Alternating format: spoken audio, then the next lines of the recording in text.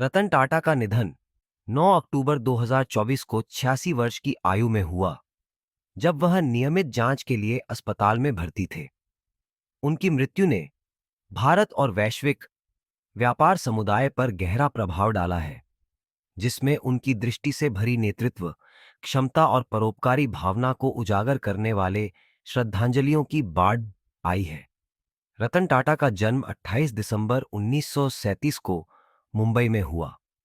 उन्होंने 1991 से 2012 तक और 2016-2017 में थोड़े समय के लिए टाटा समूह के अध्यक्ष के रूप में कार्य किया। उनके नेतृत्व में टाटा समूह एक वैश्विक शक्ति में बदल गया, महत्वपूर्ण अधिग्रहणों और नवाचारों के माध्यम से अपनी पहुंच का विस्तार किया। रतन टाटा की प्रारंभिक जीवन और शिक्षा। रतन टाटा को उनकी दादी नवाजबाई टाटा ने पाला जब उनके माता पिता अलग हो गए थे। उनके पिता नवल टाटा को टाटा परिवार ने गोद लिया था। उन्होंने कॉर्नेल विश्वविद्यालय से आर्किटेक्चर में डिग्री प्राप्त की और हार्वर्ड बिजनेस स्कूल में प्रबंधन कार्यक्रम पूरा किया।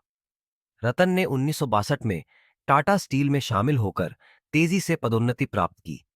वह 1991 में टाटा सन्स के अध्यक्ष बने, जेआरडी टाटा का स्थान लिया।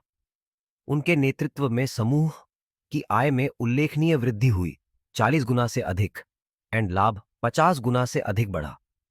अधिग्रहण और नवाचार। रतन टाटा ने 2008 में जगुआर लैंड रोवर का अधिग्रहण किया, जिससे टाटा मोटर्स लग्जरी ऑटोमोबाइल बाजार में प्रवेश कर गया। उन्होंने कोरस स्टील का अधिग्रहण भी किया, जिससे टाटा स्टील दुनिया के प्रमुख स्टील उत्पादकों में से एक बन गया। उन्होंने 2009 में टाटा नैनो लॉन्च किया, जिसे उस समय दुनिया की सबसे सस्ती कार के रूप में पेश किया गया। परोपकारिता। रतन टाटा सामाजिक कारणों के प्रति अपनी प्रतिबद्धता के लिए जाने जाते हैं। उन्होंने शिक्षा, स्वास्थ्य देखभाल और ग्रामीण विकास पर ध्यान केंद्रित करते हुए टाटा ट्रस्ट्स के माध्यम से कई परोपकारी प्रयासों में भाग लिया। उन्हें 2000 में पद्म भूषण और 2008 में पद्म विभूषण जैसे कई प्रतिष्ठित पुरस्कार मिले। व्यक्तिगत जीवन। अपनी विशाल सफलता के बावजूद रतन टाटा को अक्सर विनम्र और रिजर्व्ड बताया जाता है।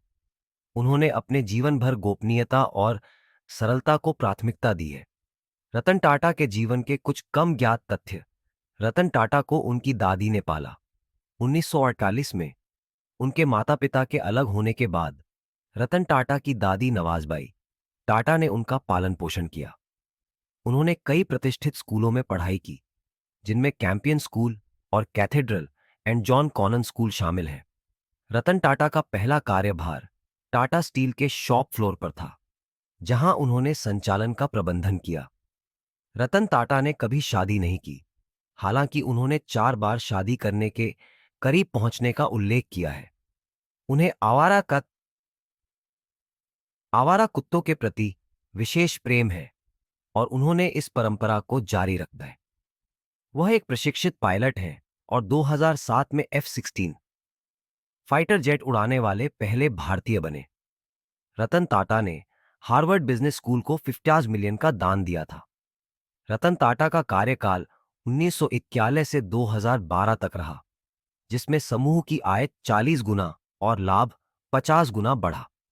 उनकी विरासत आने वाली पीढ़ियों को ईमानदारी, नवाचार और सामाजिक जिम्मेदारी का प्रतीक बनेगी।